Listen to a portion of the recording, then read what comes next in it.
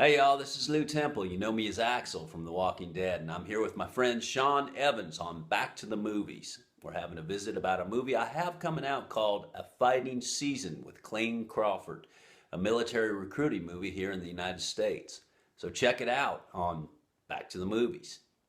Ladies and gentlemen, you're about to hear an interview that I did yesterday with Lew Temple, but the Super Tintin Skype recorder that I have is terrible and it keeps dropping audio here and there. So if some bits don't make sense, I do apologise. But the first question that I asked Lew was, how did he get involved with the project?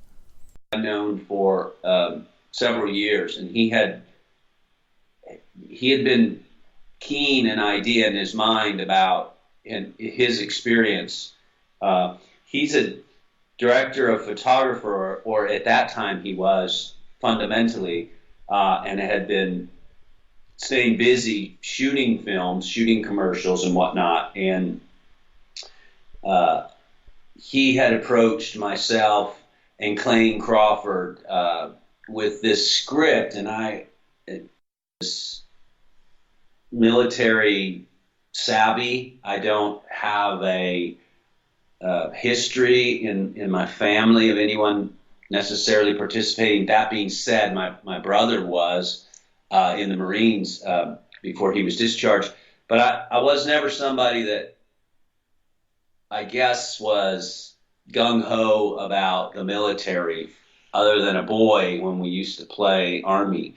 And I realized that was a whole different role that is rather authoritarian, and mainly I'm on the other side of the rules or a victim of some rules being broken. So this was a great opportunity for me to do something that I had never done, and I took that as a challenge. So you worked with Clayne Crawford on A Fighting Season, the other lead role in the movie, and Clayne is best known for his role in the new Lethal Weapon series. I mean, what was it like working with Clayne before everything started blowing up for him? He was very, he was, very happy with his home life in Alabama and outside of the Hollywood fray, and it was just nice to kind of work with someone who had a level of comfort about not being in the Hollywood system. That being said, as we both know, he's right back in the middle of the Hollywood system. I was just about to say that. As soon as you think he's all settled, and now he's in probably one of the best TV shows that I've seen for a long time. He's a rascal, not unlike the characters that he plays. He's a bit of a rogue. He's a dude, man. He's a hully-gully sports fan. He loves American football. He loves all the sports. He's a fanatic for the University of Alabama Crimson Tide football. He's a physical person, the rule breaker. But he's always got a wry grin to it. He's always got a smirk and a wink of the eye, or tongue in cheek, and he doesn't take himself too seriously. So to answer your question, no, he's not become Hollywood. He is still a man from Alabama, and a Southern man. He's always been on the cusp of being a leading man. He's always been just the other side of a Ryan Gosling. He was never a Disney kid. And he was always going to be a little dangerous in the role, I think. And so he always sort of leaned toward the bad boy, or he was cast that way. And it just never elevated itself to that place that he's at now. And finally it's taken hold. He's done a lot of work. He's taken a step forward. And so it's not a meteoric rise to fame for Clayne right now, and he wouldn't take it that way. He would say, geez, I've been doing this forever, and this is just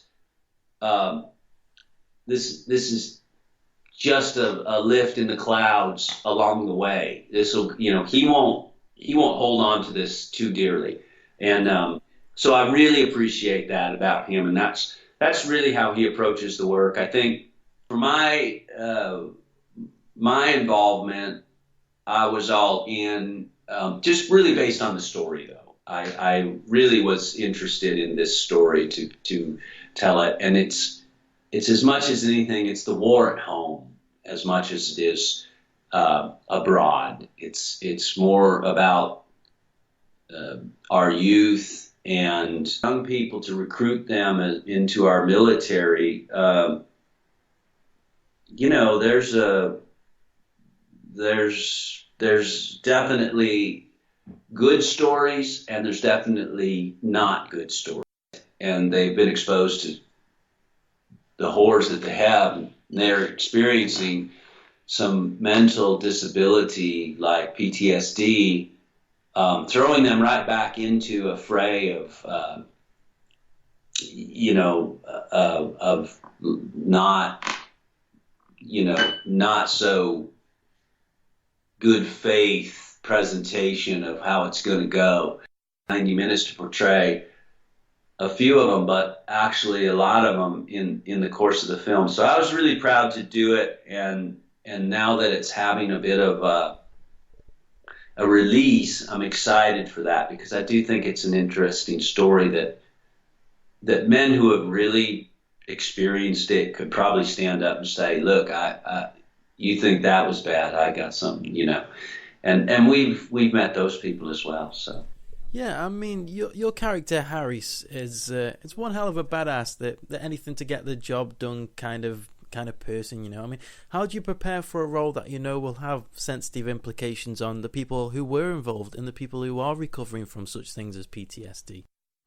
Well, for me, because I have not had that experience of having A, been in the military, or B, being even recruited as such, I had to hearken on to where in my life I had to follow rules. And that was as an athlete, as a baseball player, being part of a team environment headed up by a coach and coaches. And so following those rules and being disciplined, following a disciplinary code of ethics was a challenge, and exactly why I took a small independent film to go up and spend 3 weeks and shoot it in Northern California for very little compensation for a friend, a very small project, where we were helping each other move equipment and cook meals for each other and commune.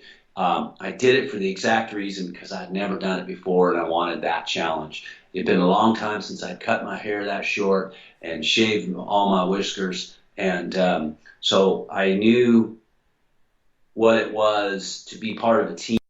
Some of the guys that were up there working with us were actually, vets or still active in the military, and they talked about this presence. It's called military bearing. Keep your military bearing, which is essentially throwing your shoulders back, holding an upright position, and being fairly loud in conversation, in speak, and direct. And if you'll notice, I've not had any experience in the UK with your police, but in the United States, our police, with a different agenda. I don't know if that makes sense. Yeah, I was going to say, I think the UK police over here need some of that aggressive attitude, rather than a, can you put the gun down, please, sir? We will make you a cup of tea if you do. Yeah, no, it's the approach here is that and just having done research about this type of thing, the approach is you want to affront whoever the assailant or the objective is, and be bigger than they actually are. These types of things are defense mechanisms to control the situation. So I had to sort of play all those. That being said, my character Harris had never spent a day deployed. He had never experienced what the reality of what he was selling was. And so that was the great contradiction. And that was what was so difficult. Clayne had, Mason, his character had entirely not only experienced it, but had suffered it by, having his battalion blown up and being a sole survivor, being sent home to reassimilate. And And Harris's big problem is that he's afraid of what the reality of what the reality becomes is that he becomes deployed and he has to go do this thing which he has never done, Exactly. particularly Yeah. at his age and at his level of, so he's got to put his money where his mouth is and actually go do it. And that's why he's contemplating ending it all, essentially taking over the recruiting office and becoming exactly what he doesn't believe in. He now starts selling the lie, and so these are all real interesting big picture concepts, if you will. I mean, the one thing that I noticed there was the kind of role reversal. I mean, obviously Harris has never been in a position where he's faced it, and Mason's just come back from the tour, and he's recovering from the effects of being out there. And the role reversal starts with, Harris never had to face his personal demons because he never had to go out there, whereas Mason did. So as Mason comes back from experiencing his personal demons, he kind of changes places with Harris's character as Harris is about to face his personal demons, which is not wanting to go out there. So I do like the role reversal there, and it really hits home the kind of subject that you're watching on screen. Yeah, and I think that's exactly what Odin wanted, is not to allow this character to sort of take the easy way out. Essentially, it was a business, and it's a people business, and it's an ugly state of used car sales and trying to meet the quota to be able to enlist as many people. And so there's elements of great stories like Glengarry Glen Ross or Death of a Salesman, or these pressures to get out there and to hold with what your responsibilities are, and whatever means, the form of sex and drugs and power and place in a small town and recruiting. And these are young lives, and these lives will be forever changed because of a man that comes in selling a bill of goods, so to speak. And so, and it doesn't just affect the young people, it entirely affects people, the parents, children. And that, as a parent, I can tell you that is